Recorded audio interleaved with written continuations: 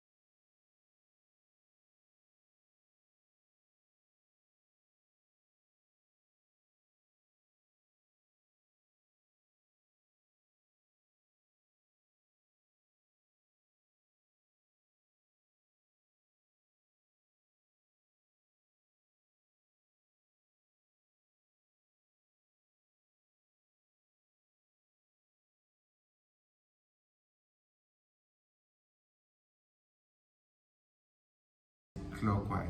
In the initial stage, our winds are blowing at 60 kilometers per hour. At 60 kilometers per hour.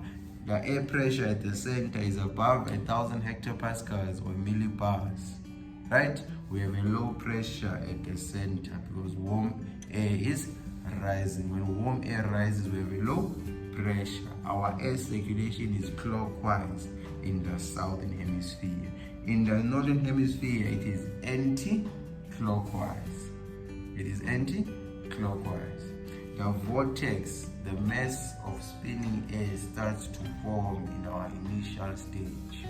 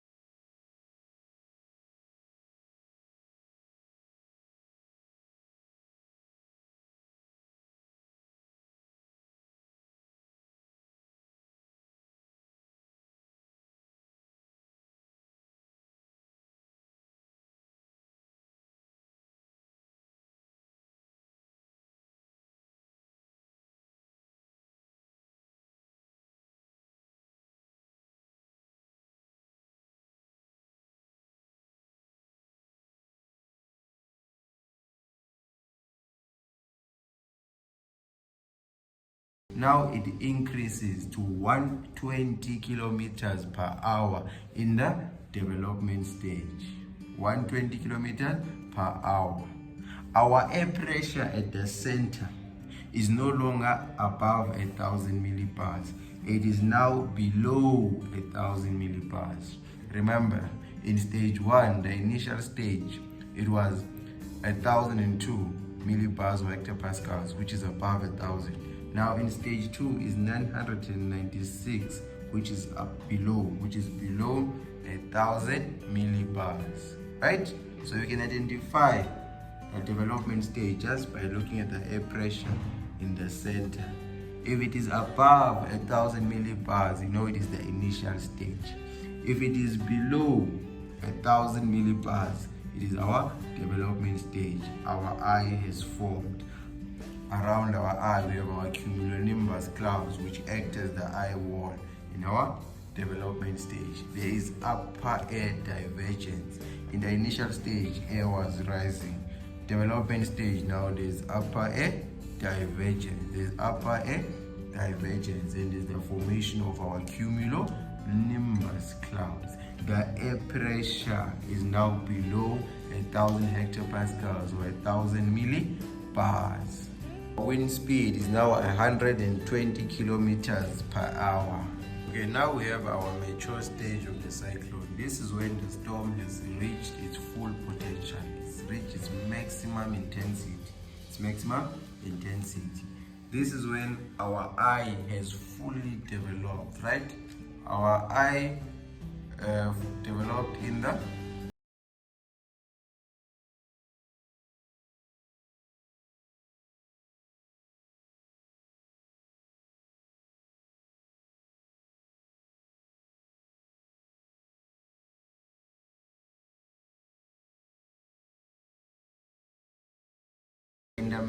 initial stage, it was above 1,000 hectopascals. In the developing stage, it was below 1,000 hectopascals. Now, in my mature stage, it is far below 1,000 millibars. It is no longer below, it is far below. It is 972 hectopascals in the center. It is far below 1,000, because in the developing stage, it was 996, which was just below 1,000. Now in the mature stage, it is far below 1,000 millibars, right? The eye is fully developed. The vortex is fully developed. Okay, now the last stage is the dissipating stage or the decaying stage, right? This is when our tropical cyclone dies off, right? This happens when a tropical cyclone makes landfall, when it goes onto the land. Remember, our tropical cyclone needs moisture. It needs what? Moisture from the ocean. When it goes onto land, there is less moisture. The place is dry. Therefore, our tropical cyclone will die off to have less moisture to fuel it up.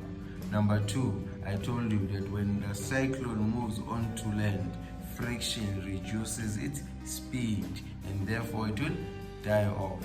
Next is the air pressure at the center. It is now rising to 1,000 millibars. Remember, initially when it was starting, it was above 1,000. So when it dissipates, it rises to 1,000 again. It goes back and rises. Initially, it was above 1,000 millibars. In the developing stage, it was below 1,000 millibars. In the mature stage, it was far below 1,000 millibars. Now in the dissipating stages, it rises now to 1,000. Do you see that? It's going back to 1,000, right? Going back to 1,000 because there's less moisture to fuel it up as it has made landfall. There's more friction, which reduces the speed, which leads to our cyclone dying off or dissipating or decaying.